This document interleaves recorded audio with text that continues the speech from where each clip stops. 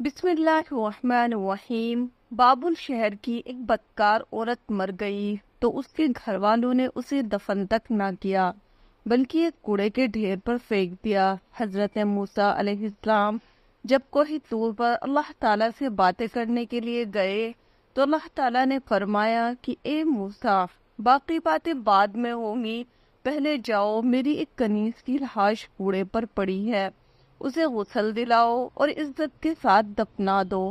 حضرت موسیٰ علیہ السلام کوہ طور سے واپس آئے اور بابل شہر میں داخل ہوئے اور تلاش کرتے کرتے ایک جگہ دیکھا کہ کوڑے پر ایک لاش پڑی ہے اور اس کے ارد گرد 4 کتے رکھوالی کر رہے ہیں تاکہ کوئی درندہ لاش کو پامال نہ کر سکے۔ حضرت موسیٰ علیہ السلام نے اس کے گھر کا پتہ پوچھا اور لوگوں سے کہا کہ لاش کو اٹھانے میں میری مدد کرو۔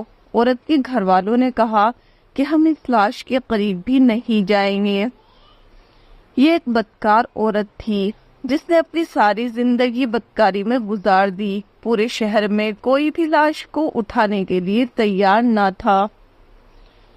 تو حضرت موسیٰ علیہ السلام اپنے بھائی حضرت ہارون علیہ السلام کے پاس گئے اور کہا کہ لاش اٹھانے میں میری مدد کرو۔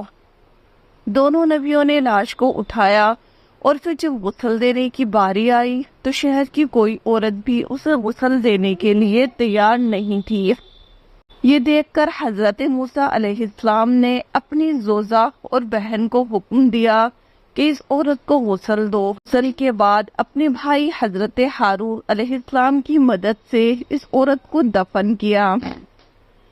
دفنانے کے بعد جب آپ علیہ السلام واپس آ رہے تھے تو شہر کے لوگ آپ کے سامنے آ گئے اور سب مل کر آپ سے کہنے لگے کہ اے موسیٰ، یا تو ہمیں اس بات کی وضاحت دیں کہ ایک بدکار عورت کو اتنی عزت کیوں دی، یا پھر جو کلمہ آپ علیہ السلام نے ہمیں پڑھایا ہے ہم آپ کو واپس کرنے آئے ہیں۔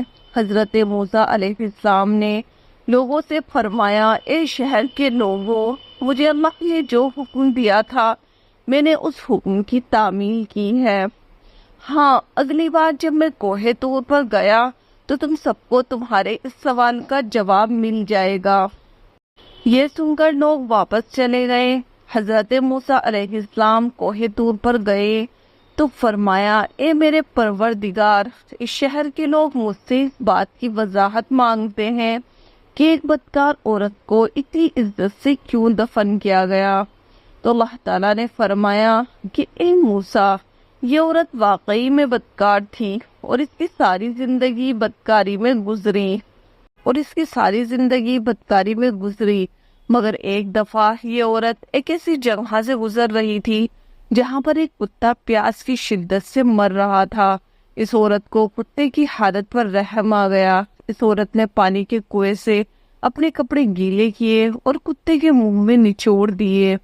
پیاسے کتے نے جب پانی پیا تو اس کے تڑپتے ہوئے جسم میں جان آ گئی۔